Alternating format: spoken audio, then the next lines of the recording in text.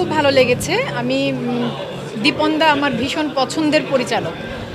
অনেক আগে দীপন দার সাথে আমাদের কাজ হয়েছে, অনেক নাটকে কাজ করেছি। দীপন দার প্রথম ছবি ঢাকা এটা হলে গিয়ে দেখেছিলাম, ভীষণ রকম উপভোগ করেছিলাম এবং এই ছবিটিও দারুণ দারুণ দুর্দান্ত। এবং তার সাথে যেটা আছে আমাদের যারা অভিনয় করেছে, মিম আমার খুবই পছন্দের অভিনেত্রী। এর আগের মিমের আগের ছবিও আমি হলে গিয়ে দেখেছি, পরাণ হলে গিয়ে দেখেছি।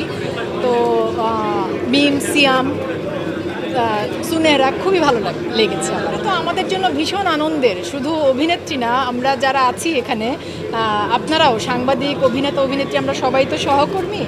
আমাদের জন্য এটা ভীষণ আনন্দের যে আমাদের চলচ্চিত্র সামনের দিকে যাচ্ছে এবং নানা রকম গল্পের সিনেমা হচ্ছে।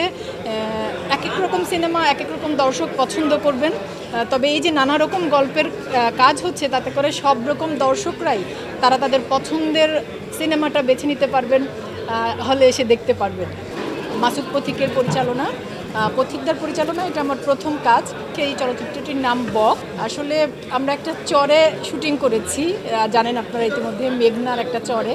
তো চরের মধ্যে যেটা হয় যে অনেক রকমের সীমাবদ্ধতা ছিল, কিন্তু সেই সকল সীমাবদ্ধতা কাটিয়ে উঠে আমাদের টিমের সবার চেষ্টা ছিল যে আমরা যদি একটা ভালো কাজ করতে পারি।